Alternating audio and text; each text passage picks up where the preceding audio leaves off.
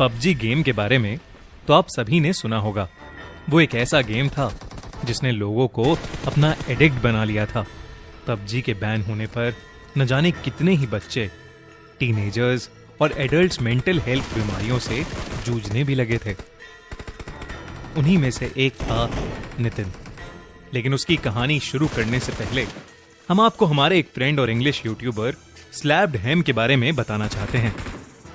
अगर आपको हॉरर पसंद है तो उनका चैनल भी बहुत पसंद आएगा, क्योंकि उनकी वीडियोस में भूत, मॉन्स्टर्स और एलियंस से रिलेटेड बहुत सारी असली स्केरी वीडियोस, असली फुटेजेस और रियल फोटोज होती हैं।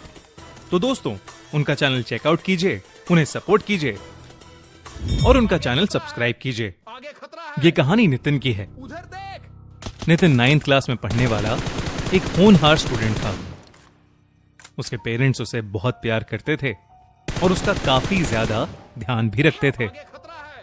नितिन का एक बड़ा भाई था जिसने कुछ वक्त पहले ही पबजी के बैन होने पर सुसाइड कर लिया था। और इसी हादसे के बाद से नितिन के पेरेंट्स अपने छोटे बेटे के लिए बहुत परेशान रहते थे। नितिन अपने भाई के बहुत करीब था और इसीलिए रोज रात को वो अपने भाई के कमरे में जाके थोड़ी देर बैठ जाता था और उसे याद करता था।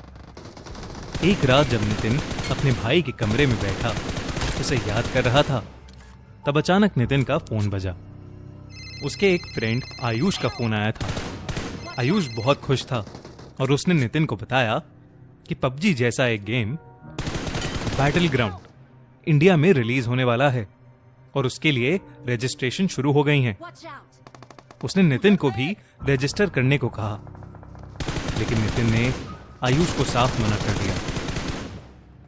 फोन काटने के कुछ ही देर बाद नितिन को ऐसा लगने लगा कि जैसे वो कमरे में अकेला नहीं था। उसे बिल्कुल वैसे ही खुशबू आने लगी जैसे उसके भाई में से परफ्यूम लगाने के बाद आती थी। नितिन को हल्की सी घबराहट महसूस हुई तो वो जल्दी से उठा और उस कमरे से बाहर निकलने लगा। जैसे ही उसने दरवाजा खोलने की कोशिश की, नितिन का हाथ किसी ने पीछे से पकड़ लिया। नितिन कांपते हुए पीछे मुड़ा तो उसके सामने उसका भाई खड़ा था। वो बहुत ही डरावना लग रहा था। उसका पूरा शरीर नीला था, जीभ और आंखें बाहर निकली हुई थीं, बिल्कुल वैसे ही जैसे वो सुसाइड के बाद दिख रहा था। उसने नितिन को देखकर स्माइल किया। वो एक काले रंग का धुआं बनकर नितिन के मुंह में घुस गया। नितिन वहीं पर बेहोश हो गया। जब उसे होश आया तो वो बिल्कुल बदल चुका था। उसका बिहेवियर दिन ब दिन चेंज होने लगा था। पूरा पूरा दिन गेम्स में लगे रहना और अपने स्कूल की टीचर्स और पेरेंट्स से बदतमीजी करना। एक रात जब नितिन अपने कमरे में गेम खेल रहा था तो उसकी मम्मी उसके कमरे में आई और उसे इतनी देर तक जागने के लिए डांटने लगी। नितिन को अचानक ही बहुत गुस्सा आने लगा। वो जैसे पागल हो गया था। उसने अपनी मां पर फोन फेंका और फिर उन पर चढ़कर उनका मुंह नोचने लगा। नितिन की मां ने उसका चेहरा बदलते देखा, जिसे देखकर वो बहुत ज्यादा डर गई।